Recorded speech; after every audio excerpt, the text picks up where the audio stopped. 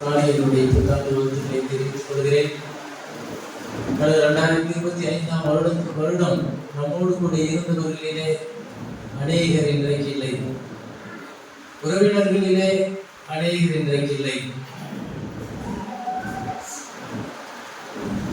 25ஆம் வருடத்தை நாம் திரும்பி பார்க்கும்போது உலகத்திலே எவ்வளவு நாசமோசங்கள், எவ்வளவு விபத்துகள், வியாதிகள், விக்கினங்கள் இதெல்லாம் நேரிட்டது. ஆனாலும் தேவனாய் கர்த்தர் நம் அனைவருக்கும் ஜீவனையும் சுகத்தையும் பலத்தையும் ஆசீர்வாதத்தையும் கொடுத்து இந்த வருடம் முழுவதும் நம்மை வழி நடத்தினார். இந்த 2026ஆம் வருடத்தை ஆண்டவர் நமக்கு கிருபையாய் கூட்டி கொடுத்திருக்கிறார். அதனாலதான் எரேமியா இவ்விதமாய் சொல்லுகிறார், நாம் இம்மட்டும் நிர்மூலமாகாமல் இருப்பது அவருடைய சுத்த கிருபை, அவருடைய இரக்கங்களுக்கோ முடியவில்லை. என்று ஆண்டவர் நமக்கு ஜீவனை கொடுத்து இந்த வருஷத்தை காண செய்திருக்கிறார் என்றால், ஆண்டவர் நமக்கு கொடுத்திருக்கிற, நம் மீது பாராட்டி இருக்கிற சுத்த கிருபை, அவருடைய இரக்கம், அவருடைய தயவு. யோசுவாவின் புஸ்தகம் 3ஆம் அதிகாரம் 4ஆம் வசனத்தை வாசியுங்கள். யோசுவா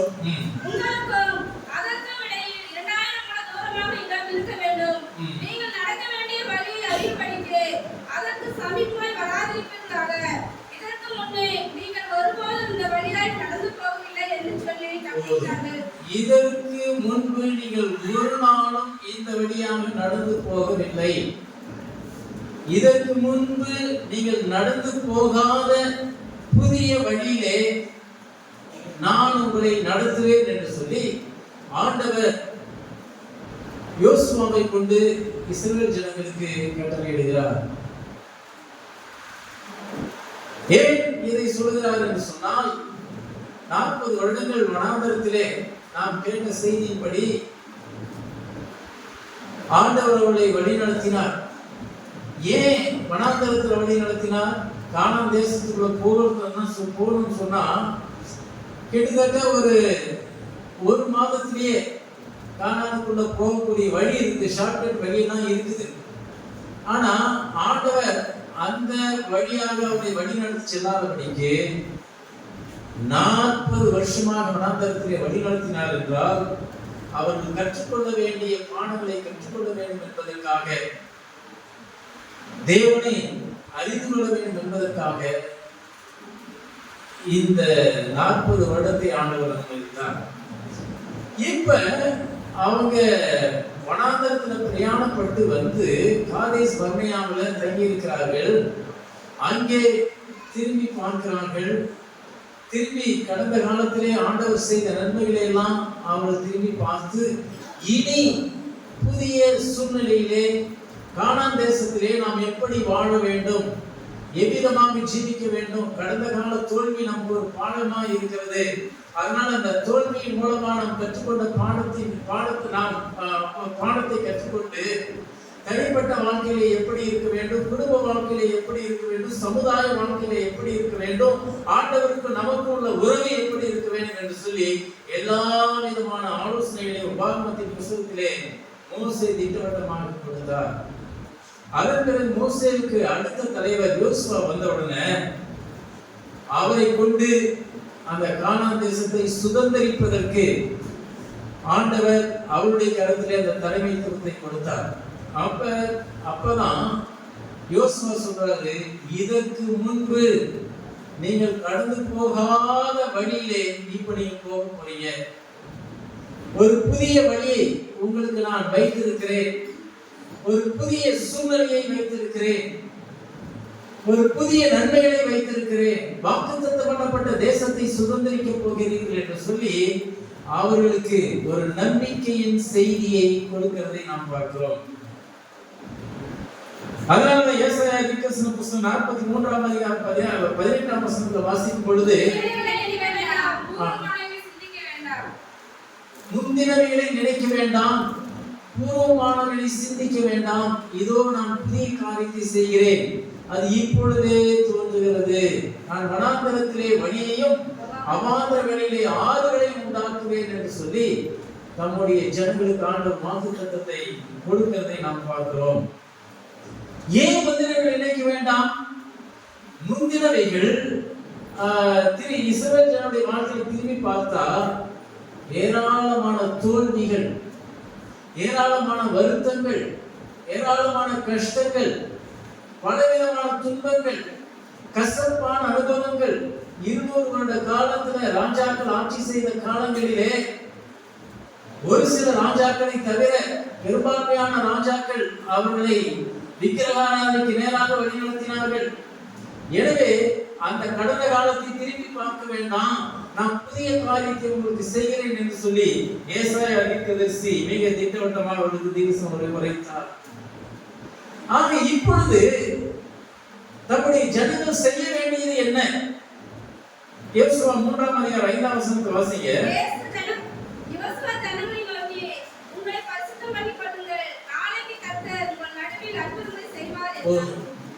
இப்ப நீங்கள் கடந்து போகாத வழியிலே செல்வதற்கு நீங்கள் அற்புதங்களை பார்க்க வேண்டும் என்று சொன்னால் ஆண்டவருடைய வாக்குத்தத்தங்கள் அனைத்தும் உங்களுக்கு சொந்தமாக வேண்டும் என்று சொன்னால், பாலும் தேனும் ஓடுகிற தேசத்தை நீங்கள் சுதந்திரிக்க வேண்டும் என்று சொன்னால் இன்றைக்கு உங்களை பரிசுத்தம் பண்ணுங்கள். நாளைக்கு கர்த்தர் உங்கள் மத்தியிலே அற்புதங்களை செய்வார். தேவனுடைய அற்புதங்களை அவர் ஏன் பார்க்க முடியவில்லை? தேவனுடைய வழிநடத்துதலிலே அவர் ஏன் தோல்வியடைந்தார்கள்? ஏன் திரும்ப திரும்ப அவர்கள் வீழ்ச்சி அடைந்தார்கள்? காரணம் என்னவென்றால் அவர்களுடைய பாவம். ஆகவே இன்றைக்கு உங்களை பரிசுத்தம் பண்ணி கொள்ளுங்கள், நாளைக்கு அற்புதங்களை ஆண்டவர் மத்தியிலே செய்வார். 2025ஆம் வருடத்திலே காணப்பட்ட தோல்விகள், 2025ஆம் வருடத்திலே நாம் செய்த பாவங்கள், தேவனுக்கு விரோதமான செயல்பாடுகள் ஏதாவது இருக்குமானால் அவை எல்லாவற்றையும் சுத்திகரித்துக் கொண்டு நீங்கள் பரிசுத்தப்படுத்திக் கொண்டு இந்த வருஷத்திலே பிரவேசியுங்கள். நிச்சயமாக ஆண்டவர் உங்களுக்கு அற்புதங்களை செய்வார். இங்க அப்போஸ்தலனாகிய பவுல் தம்முடைய தம்மால் ஸ்தாபிக்கப்பட்ட திருச்சபை மக்களுக்கு கொடுக்கிற ஆலோசனை தான் சுருக்கமாக இப்பொழுது உங்களோடு நான் பகிர்ந்து கொள்ளப் போகிறேன். 12, 13, 14 யாராவது மறுபடியும் வாசிங்க.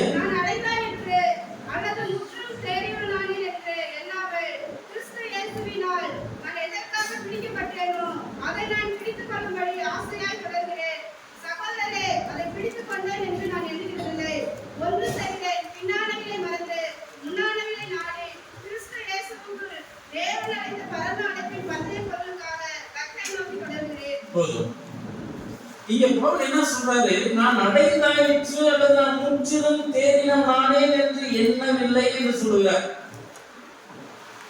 இப்ப இது எப்ப எழுதுறாரு தெரியுமா? பவுல் மனம் திரும்பி 30 வருஷ காலங்கள் ஆண்டவருடைய ஊழியத்தை வல்லமையாக பயன்படுத்தப்பட்ட பிறகு, பவுலின் மூலமாக திருச்சபைகள் ஸ்தாபிக்கப்பட்ட பிறகு, அவரை கொண்டு ஏராளமான ஆத்துமாக்களை ஆண்டவர் ஆதாயப்படுத்தினார், அவரை பயன்படுத்தினார். அவ்வளவு பெரிய ஒரு மனிதன். அவர் என்ன சொல்றாருன்னா, நான் அடைந்தாயிற்று அல்லது தேறினோம் நானே என்று சொல்லி சொல்றதுக்கு இல்ல அப்படிங்கிறார். அவ்வளவு பெரிய அப்போஸ்தலனே பவுலே இப்படி சொல்லுவாரானால் நம்முடைய நிலை எப்படி இருக்கும் யோசித்து பாருங்க. நான் அடைந்தாயிற்று அல்லது நான் தேறினோம் நானே என்று சொல்லி நம்மால் யாருமே சொல்ல முடியாது. அப்ப பவுல் இன்னும் நான் பூர்ணத்தை நோக்கி கடந்து சென்று கொண்டிருக்கிறேன், இப்பொழுது எனக்கு இருக்கிற அனுபவம் போதாது, இப்பொழுது எனக்கு இருக்கிற பரிசுத்தம் போதாது, இப்பொழுது தேவனோடு கூட இருக்கிற ஐக்கியம் போதாது, இன்னும் நான் தேவனோடு கூட ஆழமான ஐக்கியத்தை நான் பெற்றுக்கொள்ள வேண்டும், இன்னும் தேவனை நான் அதிகமாக அவரை நேசிக்க வேண்டும் என்று சொல்லி அவர் விரும்புகிறார். அவர் சொல்றாரு, கிறிஸ்து இயேசுவினால் நான் எதற்காக பிடிக்கப்பட்டேனோ, பிடிக்கப்பட்டேன் அப்படின்னு சொல்லி ஏன் பயன்படுத்துறாரு அப்படின்னு சொன்னா, இப்ப ஒரு இடத்தை ஆக்கிரமிக்கிறார்கள், அதை பிடித்துக் கொள்கிறார்கள், அல்லது ஒரு எதிரியினுடைய தாக்குதல் நடத்தி அந்த இடத்தை பிடித்துக் கொள்கிறார்கள். அதற்கு ஒப்பனையாக அந்த வார்த்தை சொல்லப்பட்டிருக்கிறது. ஆண்டவர் பவுலை பிடித்துக் கொண்டார். எதற்காக பிடித்துக் கொண்டார் அப்படிங்கிறது தான் இப்ப நாம தியானிக்க போகிறோம். அவர் என்ன சொல்றாரு, சகோதரி, அதை பிடித்துக் கொண்டேன் என்று நான் எண்ணுகிறதில்லை. நான் ஒன்று செய்கிறேன், பின்னானவைகளை மறந்து முன்னானவைகளை நாடி கிறிஸ்து இயேசுவுக்கு தேவன் அழைத்த பரம அழைப்பின் பந்தய பொருளுக்காக லக்கை நோக்கி தொடருகிறேன். முதலாவது அவர் சொல்றாரு, பின்னானவைகளை மறந்து. ஏன்னா எனக்கு முன்பதாக ஒரு பெரிய லக்கு வைக்கப்பட்டிருக்கிறது, எனக்கு முன்பாக ஒரு பெரிய கோல் இருக்கிறது. அந்த கோலை ரீச் பண்ணணும்னா, அந்த லக்கை நான் அடையணும்னு சொன்னா அதற்கு சில நிபந்தனைகள் இருக்கிறது. ஆகவே அந்த லக்கை நோக்கி நான் தொடர்ந்து கொண்டிருக்கிறேன் அப்படின்னு சொல்லி அவர் சொல்றார். இப்ப அந்த லக்கை நாம் அடையணும்னு சொன்னா பின்னால காரியங்களை மறந்துவிட வேண்டும். ஓட்ட பந்தயத்துல ஓடுறவங்க எல்லாம் வரிசையா இருப்பாங்க. முன்னால அவங்களுடைய ஓடக்கூடிய லக்கு இருக்கிறது. அவரவருக்குரிய லைன் போட்டிருப்பாங்க. அப்படி ஓடும்போது யாராவது திருப்பி பார்த்து போவாங்களா, இல்ல சைட்ல ஓடுறவங்களை பார்த்துட்டு போவாங்களா? சிலரும் பார்ப்பாங்க, யாரு எவ்வளவு பண்றாங்க. ஆனா உண்மையாவே அந்த கோலை ரீச் பண்ணணும்னா, அவங்க அந்த பந்தய பொருளை அடையணும்னு சொன்னா எதையுமே பார்க்க மாட்டாங்க. அவங்களுக்கு ஒரே ஒரு பார்வை என்னன்னா, ஃபர்ஸ்ட்ல வரணும். அதுதான். அததான் இந்த இடத்துல பவுல் சொல்றார், ஆண்டவர் என்னை அழைத்த அழைப்பு பரம அழைப்பு. அப்ப அந்த பந்தய பொருளை நான் பிடிக்க வேண்டும் என்றால் பின்னானவைகளை மறந்து விட வேண்டும். என்னென்ன காரியங்கள் பின்னானவைகளை மறக்கணும்? கடந்த காலத்துல, கடந்த வருடத்திலே நம்முடைய வாழ்க்கையிலே காணப்பட்ட தோல்விகள், கடந்த வருடத்திலே நம்முடைய வாழ்க்கையிலே காணப்பட்ட வெற்றிகள், கடந்த வருடத்திலே காணப்பட்ட பாவங்கள், கடந்த வருடத்திலே காணப்பட்ட சோதனைகள், சோர்வுகள், கஷ்டங்கள், இது எல்லாவற்றையும் நாம் மறந்து முன்னானவைகளை நாடி செல்ல வேண்டும் அப்படின்னு சொல்லி அவர் சொல்றார். இப்ப தேவன் அழைத்த பரம அழைப்பின் பந்தய பொருள்கிறார். தேவன் எதற்காக நம்மை அழைத்தார்? தேவன் அழைத்த பரம அழைப்பு என்ன? நாம் அடைய வேண்டிய லக்கு என்ன? இதுதான் இன்றைக்கு உங்களோடு கூட நான் பகிர்ந்து கொள்ள போகிற செய்தி. முதலாவது, அப்போஸ்தலனாகிய பவுலுடைய லக்கு என்ன, கோல் என்ன அப்படிங்கறத நாம் ஏற்கனவே வேத பாடத்துல நாம வாசிக்க கேட்டோம். மீண்டும் அதை வாசிங்கள். 3ஆம் அதிகாரம் 8ஆம் வசனத்தை வாசிங்க.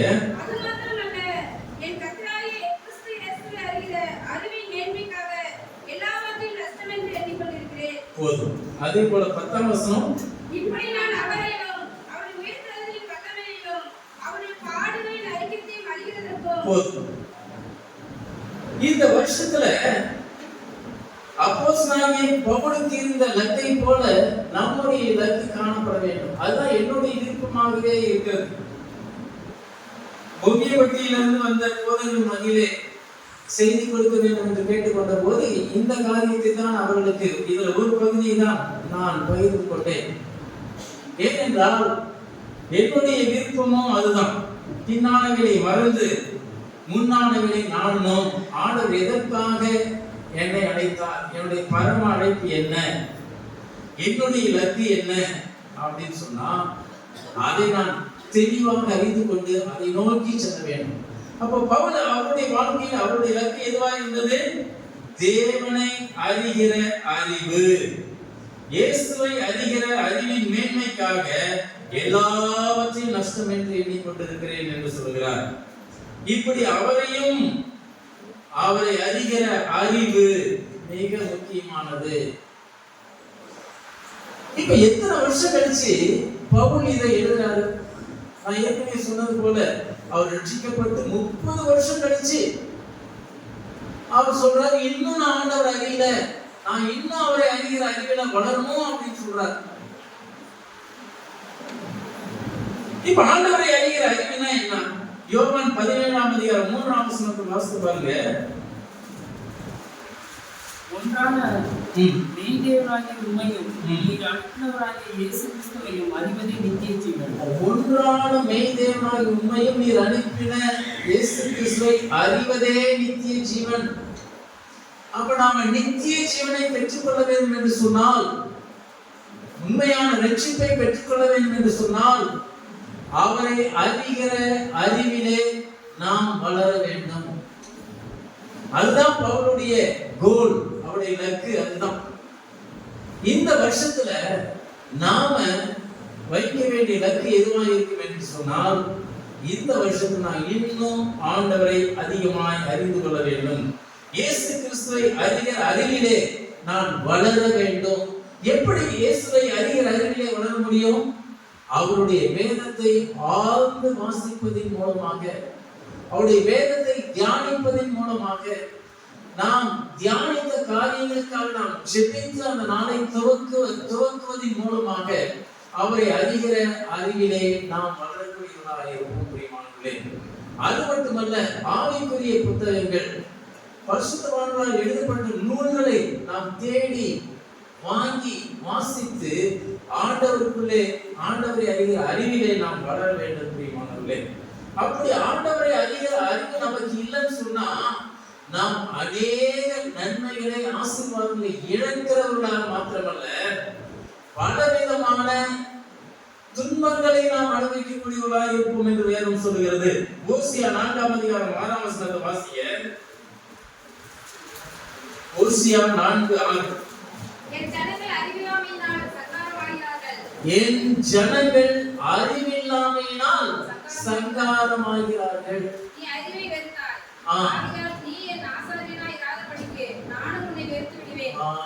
தேவனை அறிகிற அறிவை வெறுத்தபடியினாலே அவர்களுக்கு இருந்த மேன்மையான நிலைமையை ஆண்டவர் எடுத்துக் கொள்கிறார்.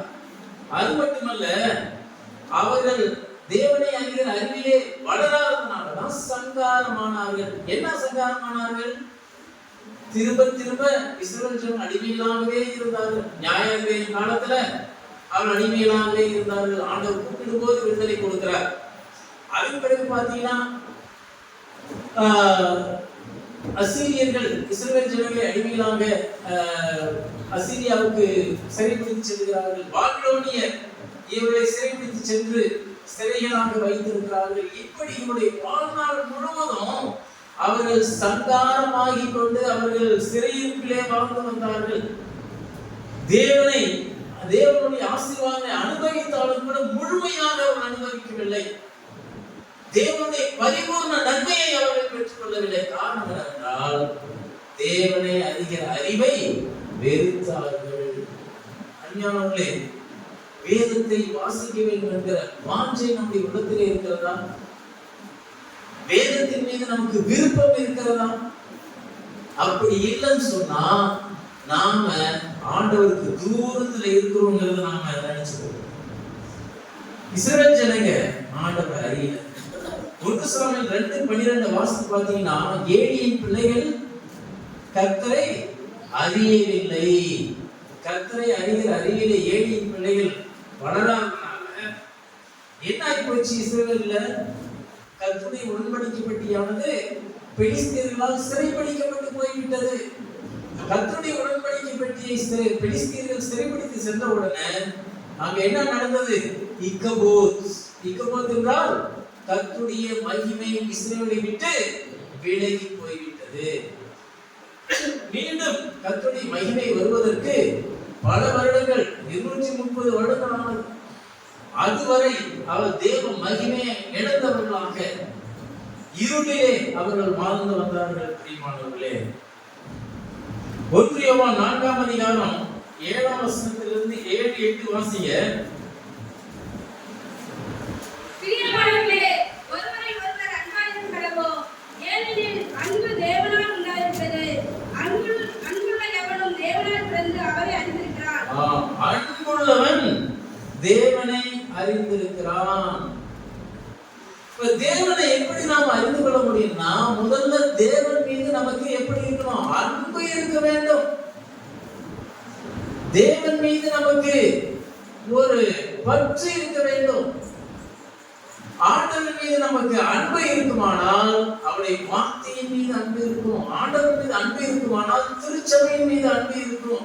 ஆண்டவர் மீது அன்பு இருக்குமானால் கர்த்தருடைய ஆராதனைகளுக்கு வருவதற்கு நாம் கடமைக்காக வராதபடிக்கு நாம் உண்மையான ஒரு வாஞ்சியோடு கூட எதிர்பார்ப்போடு கூட வருவோம். கர்த்தர் மீது அன்பு இருக்குமானால் நமக்கு சொல்லப்படுகிறதான வேத வசனங்களை நாம் கேட்கிறவர்களா மாத்திரமல்ல, அந்த வசனத்தை கீழ்ப்படியக்கூடியவர்களாக இருப்போம்.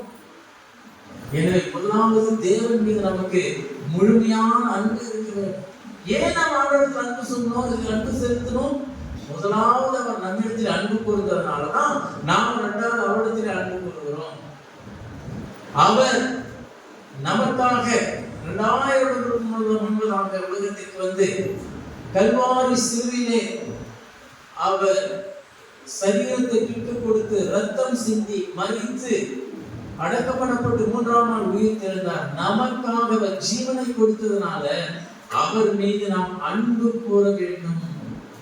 ஒரு பாடல் சொல்லுகிறது, நான் உனக்காக மரித்தேனே, நீ எனக்காக என்ன செய்தாய்? I have died for you, what have you done for me? உனக்காக நான் மரித்தேன் சொல்றார். ஆகவே அன்பு நமக்குள்ள இருக்குமானால் தேவனை அறிகிற அறிவிலே வளருவோம்.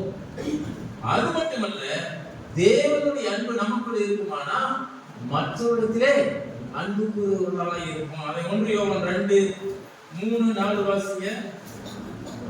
அவருடைய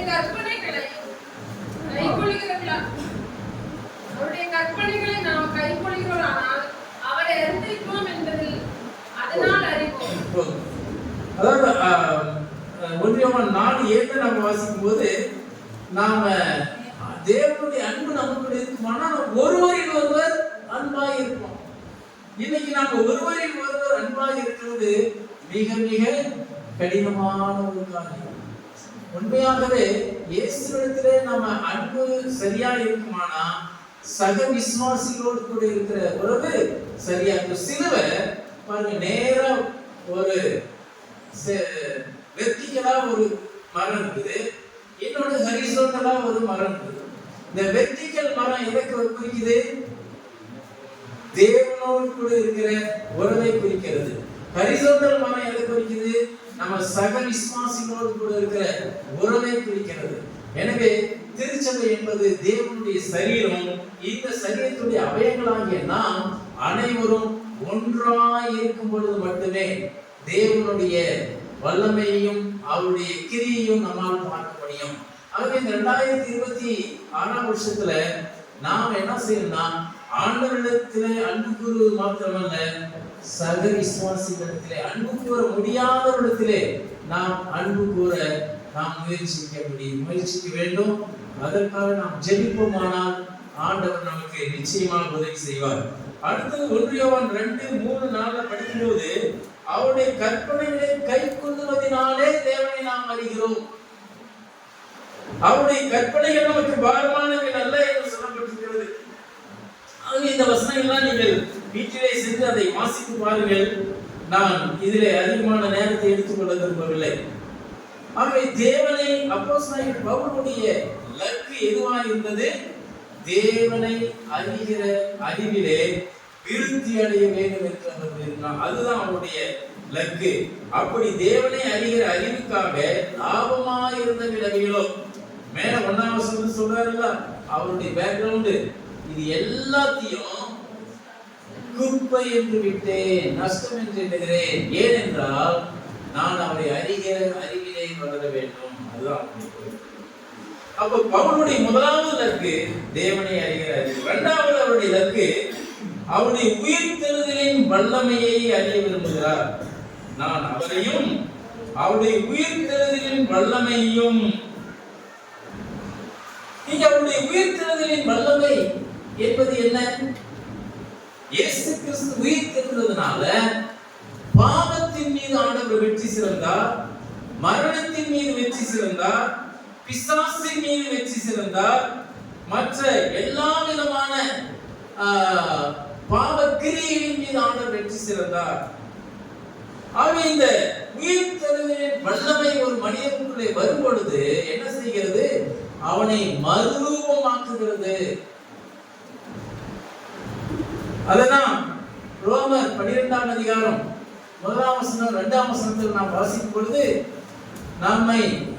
நம்முடைய மனம் புதிதாகிறதுனாலே மறுரூபமாகுங்கள் என்று சொல்லி அவர் கூறுகிறார். அப்ப ஆண்டவருடைய உயிர்த்தெழுந்த வல்லமை வரும் பொழுது அவருடைய வாழ்க்கை முற்றிலுமாக மறுரூபமாகிறது.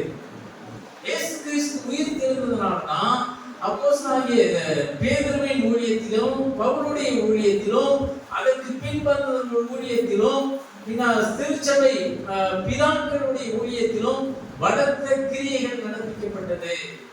இயேசு கிறிஸ்து உயிர்த்தெழுந்ததனால்தான் இன்று வரை உலகம் முழுவதும் சுவிசேஷமானது வேகமாக பரவி வருகிறது. இந்த சுவிசேஷத்தை முதல் நூற்றாண்டு அழித்துவிட வேண்டும் என்று சொல்லி ரோம அரசாங்கம் முயற்சித்தது. சுவிசேஷத்தை எதிரிகள் முற்றிலுமாக கிறிஸ்துவத்தை அழித்துவிடலாம் என்று நினைத்தார்கள். எந்த அளவுக்கு கிறிஸ்துவத்தை அழிக்கலாம் நினைத்தார்களோ அந்த அளவுக்கு கிறிஸ்துவம் வளர்ந்து இன்னைக்கு உலக ஜனத்தொகையில 70% மக்கள் கிறிஸ்தவர்களாக இருக்கிறார்கள். அது காரணம் என்ன? உயிர்த்தெழுதலின் வல்லமை தான் காரணம். ஒரு மனிதனுடைய வாழ்க்கையை அனுதினமும் அது மறுரூபமாக்கிக் கொண்டே இருக்கிறது. ஆகவே அனுதின வாழ்க்கைக்கு தேவையான வல்லமையை, பலனை யார் கொடுப்பது? அந்த உயிர்த்தெழுதலின் வல்லமையை ஆண்டவர் நமக்கு கொடுக்கிறார். எல்லாவற்றுக்கும் மேலாக பாவத்தின் வல்லமையை காட்டிலும் உயிர்த்தெழுதலின் வல்லமை பெரிதாக இருக்கிறதுனால பாவத்தின் வல்லமையிலிருந்து கர்த்தர் விடுதலை கொடுக்கிறவராக இருக்கிறார். மூன்றாவதாக பவுல் எதை அறிய விரும்புகிறார்? பாடுகளின் ஐக்கியத்தை அறிந்து கொள்ள விரும்புகிறார். பாடுகளின் ஐக்கியம் என்றால் என்ன? ஆண்டவர் இயேசு கிறிஸ்து ஏற்கனவே சொல்லிட்டாரு, ஒருவன் என்னை பின்பற்றி வர விரும்பினால் அவன் தன்னைத்தான் வெறுத்து தன் சிலுவையை எடுத்துக்கொண்டு என்னை பின்பற்றி வர கடவன். என் சிலுவையை எடுத்து என்னை பின்பற்றாதவன் எனக்கு பாத்திரன் அல்ல என்று சொல்லியிருக்கிறார். இந்த உலகத்தில் இருக்கையில் உங்களுக்கு உபத்திரவங்கள் உண்டு, ஆனாலும் திடன் கொள்ளுங்கள், நான் உலகத்தை ஜெயித்தேன் என்று சொல்கிறார். அப்ப ஆண்டவராகிய இயேசு கிறிஸ்துவுக்கே உபத்திரவங்கள் இருக்குமானால், அவரே இந்த உலகத்தில் பாடுகளை அனுபவித்தார் என்றால், அவரை விசுவாசிக்கிற அவருடைய பிள்ளைகளாகிய நமக்கும் உபத்திரவங்கள் உண்டு. அதே சமயத்தில் உத்தரவு மாத்திரம் கொடுக்க மாட்டாரு, நமக்கு ஆசீர்வாதங்களையும் நன்மைகளையும் ஆண்டவர் கட்டளையிடுவார். எதற்காக உபத்திரவத்தை அனுமதிக்கிறார் என்றால், நம்மை சோதிப்பதற்காகவும் நம்முடைய விசுவாசத்தை பலப்படுத்துவதற்காக அந்த உபத்திரவங்களை அனுமதிக்கிறார். உலகம் முழுவதும் இந்த உபத்திரவத்தை பற்றி நாம் படித்துக் கொண்டிருந்தோம், கேள்விப்பட்டுக் கொண்டிருந்தோம், சரித்திரத்தை படித்துக் கொண்டிருந்தோம். இப்ப நம்ம நாட்டுக்குள்ள உபத்திரவம் வந்துருச்சு. இந்த டிசம்பர் மாதத்துல வட இந்தியாவில் பார்த்தீங்கன்னா இந்த கிறிஸ்துமஸ் டெக்கரேஷன் வச்சுட்டு இருந்தவனை பிடிச்சி அந்த டெக்கரேஷன்லாம் பிடிச்சி போட்டு சூறையாடுறாங்க. திருச்சபையில உள்ள பூந்து எல்லா கிறிஸ்துமஸ் டெக்கரேஷன் எல்லாத்தையும் தூக்கி எரிஞ்சாங்க. கிறிஸ்துமஸ் கொண்டாடுகளை அடித்து நொறுக்கினார்கள். உபத்திரவங்கள் இந்தியாவுக்கு வந்துவிட்டது. ஆனா என்னைக்கு தமிழகத்துக்கு வரும், என்னைக்கு நம்ம இடத்துக்கு வரும் நான் சொல்ல முடியாது. அப்படி வருமானால் அந்த உபத்திரவத்துல நாம் எப்படி இருப்போம் யோசித்து பாருங்க. அப்போஸ்தலனாகிய பவுல் கிறிஸ்துவுக்காக பாடுபடுவதை குறித்து என்ன சொல்றாரு? அதை மேன்மையாக கருதுகிறார், இதை ஒரு பாக்கியமாக கருதுகிறார். எனவே கிறிஸ்துவுக்காக நாம் எதை கஷ்டப்படுகிறோமோ, எதை எடுக்கிறோமோ, பன்மடங்கு ஆண்டவர் நமக்கு திருப்பி கொடுக்கக்கூடியவராக இருக்கிறார். நான்காவதாக பவுல் பவுலுடைய கோல் என்ன? அவருடைய மரணத்திற்கு ஒப்பான மரணத்திற்குள்ளாகி எப்படியாயினும் நான் மரித்தோரிலிருந்து உயிரோடு எழுந்திருப்பதற்கு தகுதியாகும் படிக்கும். அப்ப என்ன அர்த்தம்? நான் மரித்தோரில் இருந்து உயிரோடு எழுந்திருப்பதற்கு தகுதியாகும் படிக்கும் அப்படின்னா 1 தெசலோனிக்கேயர் 4ஆம் அதிகாரம் கடைசி 4 வசனத்தையும் 1 கொரிந்தியர் 15ஆம் அதிகாரம் 40ஆம் வசனத்திலிருந்து கடைசி வசனத்திலே உள்ள பகுதியை வாசித்து பார்த்தால் மரித்தோரின் உயிர்த்தெழுதலை குறித்து பவுல் அங்கே எழுதுகிறார். அப்ப மரித்தோரின் உயிர்த்தெழுதல் என்றால் இந்த உலகத்துல நாம மரித்தாலும் அந்த மரணம் நமக்கு நித்தியமானது அல்ல, அது நிரந்தரமானது அல்ல. ஆண்டவராகிய இயேசு கிறிஸ்து உலகத்திற்கு திரும்பி வரும் பொழுது கிறிஸ்துவுக்குள் ஒரு எக்காலம் தொனிக்கும். அந்த எக்காலம் தொனிக்கும் பொழுது கிறிஸ்துவுக்குள் மரித்தவர்கள் உயிரோடே எழுந்திருப்பார்கள். மற்றவர்கள்லாம் உயிரோடு எழுந்திருக்க மாட்டாங்க. அவங்க எப்படி எழுந்திருப்பாங்கன்னா, மற்ற எல்லாரும் அவிசுவாசினா எப்படி எழுந்திருப்பாங்கன்னு சொன்னா, இயேசு கிறிஸ்துவின் ரகசிய வருகைக்கு பிறகு சிலர் 1000 வருட அரசாட்சி காலத்திற்கு பிறகு வெள்ளை சிங்காசன நியாய தீர்ப்பு கொண்டு இருக்கிறது. அந்த வெள்ளை சிங்காசன நியாய தீர்ப்புக்கு முன்பதாக 2ஆம் உயிர்த்தெழுதல் இருக்கும். அந்த 2ஆம் உயிர்த்தெழுதல் தான் உலகத்தில் மற்ற மக்கள். அப்ப இவங்களுக்கு நியாய தீர்ப்பு கொடுக்கப்பட்டு அவர்கள் நித்திய ஆக்கினை அடைந்து நரகத்திலே தள்ளப்படுவார்கள். ஆனால் இயேசு கிறிஸ்துவின் முதலாம் வருகையிலே, அவருடைய ரகசிய வருகையிலே கிறிஸ்துவுக்குள் மரித்து உயிரோடு எழுந்திருக்கும் பொழுது கிறிஸ்துவினுடைய சரீரத்தை பெற்றுக் கொண்டவர்களாக அவர்கள் உயிர் பெறுவார்கள். அப்ப மகிமையின் சரீரத்தை பெற்றுக்கொண்டு அவர் உயிர் பெறுவார்கள். வாசிங்க 1 யோவான் 3ஆம் அதிகாரம் 2-3 வசனம் வாசிங்க. பிரியமானவர்களே, இப்பொழுது தேவனுடைய பிள்ளைகளாய் இருக்கிறோம். இனி எவ்விதமாய் இருப்போம் என்று இன்னும் வெளிப்படவில்லை. ஆகிலும் அவர் வெளிப்படும்போது அவர் இருக்கிற வண்ணமாகவே நாம் அவரை தரிசிப்பதினால் அவருக்கு ஒப்பாய் இருப்போம் என்று அறிந்திருக்கிறோம். அவர் மேல் இப்படிப்பட்ட நம்பிக்கை வைத்திருக்கிற எவனோ அவர் சுத்தமுள்ளவராய் இருக்கிறது போல தன்னையும் சுத்திகரித்துக் கொள்கிறார். என்ன சொல்றாரு? இப்ப நம்ம தேவனுடைய பிள்ளைகளா இருக்கிறோம், இனி எவ்விதமா இருப்போம் என்று நமக்கு இன்னும் தெரியாது, இன்னும் வெளிப்படவில்லை. ஆனா ஆண்டவர் வெளிப்படும் பொழுது, அப்படின்னா இயேசு கிறிஸ்து 2ஆம் வருகையிலே அவர் வரும் பொழுது அவர் இருக்கிற வண்ணமாக நாம் அவரை தரிசிப்பதினால், அப்படின்னா என்ன அர்த்தம்? ஆண்டவர் இந்த பாவ சரீரத்தை நீக்கி போட்டு பாவ பிரச்சனைகளை முற்றிலுமாக விலக்கி மகிமையின் சரீரத்தை நமக்கு கொடுக்கும் பொழுது நாம் எப்படி இருப்போம் என்றால், அவர் இருக்கிற வண்ணமாக நாம் அவரை தரிசிப்போம், அவரை போல அவருக்கு ஒப்பாய் இருப்போம். அதனால பவுல் என்ன சொல்றாருன்னு சொன்னா, நான் மரித்தோரிலிருந்து உயிர்த்தெழுந்திருப்பதற்கு தகுதியாகும்படிக்கு நான் இன்னும் அந்த தகுதியை அடையவில்லை, நான் இன்னும் அந்த தகுதியை நான் பெற்றுக்கொள்ள வேண்டும். மகிமையின் சரீரத்தோடு உயிர்த்தெழக்கூடிய தகுதி எனக்கு வேண்டும் என்று சொல்லி அவர் அதுலதான் அதிகமான ஒரு நாட்டமும் ஒரு வாஞ்சியும் தாகமும் அவர்களுடைய இருந்தது. ஆகவே இதுவரை இருந்த ஜீவியம் பூர்ணப்பட்ட ஜீவியம் அல்ல. இதுவரை நாம் வாழ்ந்த கிறிஸ்தவ வாழ்க்கை போதுமானது அல்ல. இன்னும் அவரை அறிகிற அறிவிலே வளர வேண்டும். அப்படி அவர் இருக்கிற வண்ணமாக நாம் தரிசிக்கணும் சொன்னா, இப்படிப்பட்ட நம்பிக்கை வைத்திருக்கிற எவனும் அவர் சுத்தமுள்ளவராய் இருக்கிறது போல தன்னையும் சுத்திகரித்துக் கொள்கிறான். இதுதான் பவுலுடைய ஒரு வாஞ்சை, அவருடைய இலக்கு. ஆகவே இந்த 4 இலக்குகளும் தான் மிக முக்கியமானது. இன்றைக்கு உலகத்தில் பார்க்கும்போது ஒவ்வொரு வருஷமும் பிசினஸ் பண்றவங்க என்ன செய்வாங்க, இந்த வருஷம் நம்மளுடைய பிசினஸ்ல இவ்வளவு நாம் போட்டோம், இவ்வளவு வந்தது, இந்த வருஷம் நம்ம பிசினஸ் இலக்கு அதிகமா இருக்கணும், இவ்வளவு நாம போட்டு இவ்வளவு நாம சம்பாதிக்கணும். அதே மாதிரி எந்த தொழிலை எடுத்துக்கொண்டாலும், வியாபாரத்தை எடுத்துக்கொண்டாலும் அவங்க ஒரு இலக்கு வைக்கிறாங்க, ஒரு கோல் வைக்கிறாங்க. அந்த வருஷ கடைசியில அதை கணக்கு பார்க்கிறாங்க. அதுக்கு தான் அவர் அதிக முக்கியத்துவம் கொடுக்கிறார்கள். ஆனால் தேவனுடைய பிள்ளைகளாகிய நாம் நம்முடைய இலக்கு உலகத்தை சார்ந்ததாக இருக்கக்கூடாது, உலக பிரகாரமானதாக இருக்கக்கூடாது. இந்த இலக்கை நாம் நாடி செல்லும் பொழுது உலக பிரகாரமான தேவைகள் அனைத்தும் நமக்கு பின்னாலே வரும், நம்மை தேடி வரும். அதனால நாம பின்னாளர்களை மறந்து முன்னாளர்களை நாட வேண்டும். எதற்காக? தேவன் நம்மை அழைத்த பரம அழைப்புக்காக. எதற்காக நம்மை அழைத்தார்? இந்த 4 காரியங்களுக்காக தான் நம்மை அழைத்தார். ஒன்று, தேவனை அறிகிற அறிவிலே விருத்தி அடைவதற்காக அழைத்தார். அவருடைய உயிர்த்தெழுதலின் வல்லமையை நாம் அறிந்து கொள்வதற்காக தேவன் நம்மை அழைத்தார். பாடுகளின் ஐக்கியத்தை அறிந்து கொள்வதற்காக நம்மை அழைத்தார்.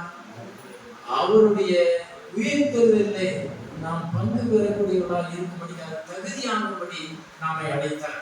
இதுதான் பிரதானமான திவ்ய அழைப்பாக இருக்கிறது. இந்த அழைப்புக்கு பாத்திரவான்களாக தேவன் நம்மை மாற்றும்படியாக இந்த வருடத்தின் முதல் நாளிலே நம்மை அர்ப்பணிப்போமாக.